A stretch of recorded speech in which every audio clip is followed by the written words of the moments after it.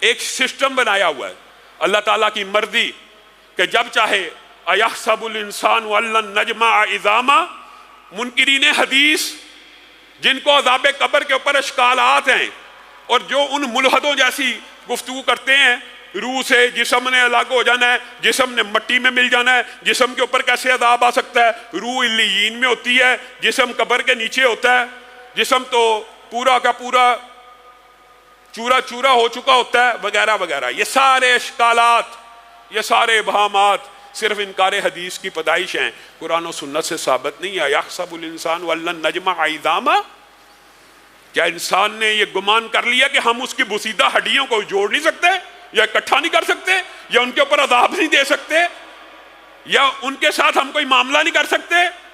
بلا قادرین علی ان نسوی بنانا، بلا قادرین علی ان نسوی بنانا. اے لوگو، تم یہ سمجھتے ہو تمہاری ہڈیوں کو سیدھا نہیں کیا جائے گا اور تمہیں دوبارہ جوڑ کے کل قیامت کے دن رب کے سامنے کھڑا نہیں کیا جائے گا؟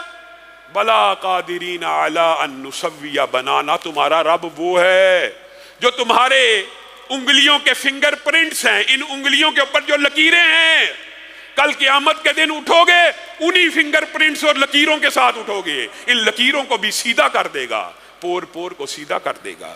تم نے رب کے بارے میں کیا گمان کیا؟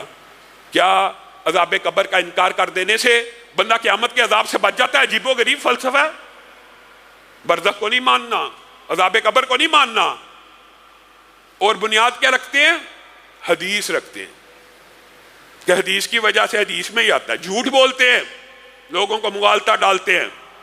النار یعرضون علیہا غدوا وعشیا، اللہ کہہ رہا ہے، قرآن پاک میں کہہ رہا ہے سارے منکرین حدیث جمع ہو جائیں، قرآن پاک کی اس آیت کا ترجمہ کسی سے بھی کروا لیں. فرعون اور آل فرعون کو النار یعرضون علیہا غدوا وعشیا، فرعون اور آل فرعون کو عذاب ہو رہا ہے اور ان کو آگ پیش کی جاتی ہے صبح اور.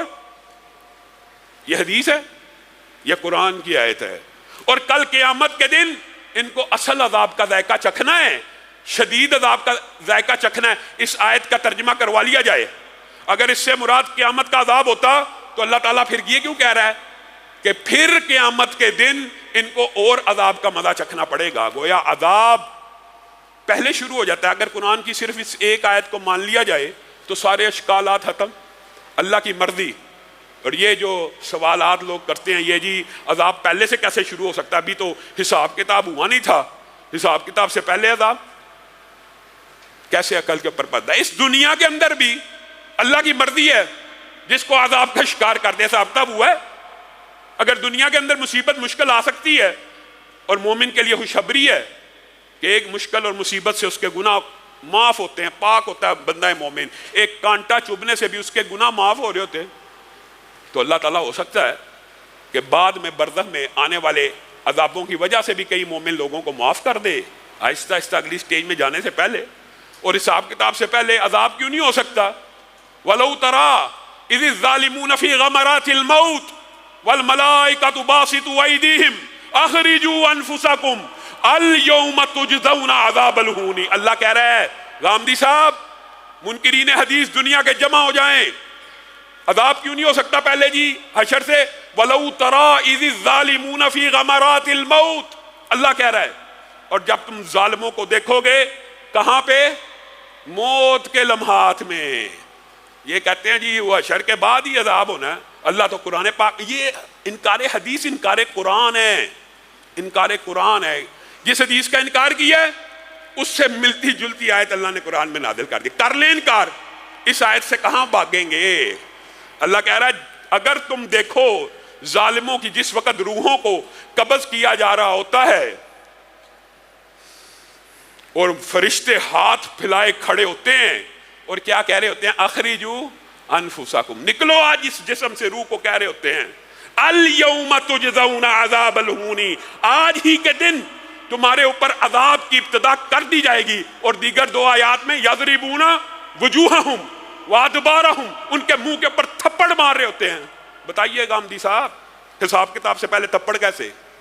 حساب کتاب سے پہلے ان کی پشتوں کے اوپر جو گرز مارے جا رہے ہیں قیامت کے دن سے پہلے. قرآن کہہ رہا ہے، مولوی کہہ رہا ہے آپ نے انکار حدیث کر کر کے یہ حدیثوں میں آتا تھا، حدیثوں میں عذاب قبر کا انکار کر کے آپ کو پتہ نہیں کیا فائدہ ملنا ہے۔ عذاب قبر کا انکار کر کے کیا بندہ جہنم کے عذابوں کا منکر بن سکتا ہے؟ پورا قرآن پاک کو اگر چیپٹرز کے اعتبار سے ڈیوائیڈ کیا جائے، ایک بہت بڑا حصہ عذاب جہنم کے بارے میں، ایک بہت بڑا حصہ جنت کی نعمتوں کے بارے میں۔ ان سے کیسے فرار ہوں گے؟ لوگوں کے لیے آسانیاں پیدا کر دیں۔ کئی مرتبہ بات تو طلح ہے لیکن دل میں خیال آتا ہے، جس طرح غامدی صاحب نے روزوں کے حوالے سے فتوے دیے ہیں کہ پیپرز آ گئے ہیں، روزے بعد میں رکھ لیں، جی گرمی کی شدت ہے روزے سردیوں میں رکھ لیں، اللہ نے اسی لیے تو موسم بنائے ہیں۔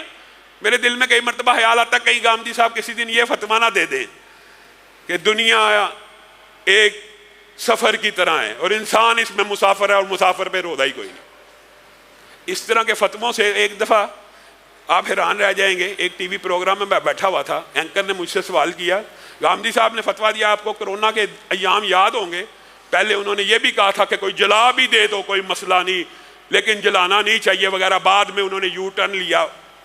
پھر انہی دنوں میں انہوں نے ایک فتویٰ یہ جاری کیا تھا، آن لائن نماز ہو جائے گی، امام مسجد میں امامت کروا رہا ہو، آن لائن پیچھے مقتدی نماز پڑھ سکتے ہیں۔ میں نے اینکر سے صرف ایک بات کی تھی، میں کہا بالفرض یہ فتویٰ مان لیا جائے، لائٹ چلی گئی، انٹرنیٹ کنیکشن چلا گیا، کوئی عقل کو بندہ ہاتھ لگائے، کوئی انسان کو سوچنا چاہیے میں شریعت کا کس قسم کا مذاق اڑا رہا ہوں۔ یہ باتیں مذاق اڑانے والی ہیں؟ ان باتوں کے اوپر انکار حدیث کرنے والوں کو سوچنا چاہیے، اپنے دلوں کو کھولنا چاہیے، ظرف کو وسیع کرنا چاہیے۔ اللہ تعالیٰ کہہ رہا ہے وَلَوْ تَرَىٰ إِذِ الظَّالِمُونَ فِي غَمَرَاتِ الْمَوْتِ، موت کی گھڑیوں میں، موت کے بعد نہیں، حشر کے بعد نہیں، موت کی گھڑیوں میں فرشتوں نے تھپڑ بھی مارنے ہیں اور فرشتوں نے اسی دن عذابوں کی نوید بھی سنانی ہے، نوید بھی سنانی ہے۔ یہ خواہ مخواہ کا ایک فلسفہ گڑا ہوا ہے۔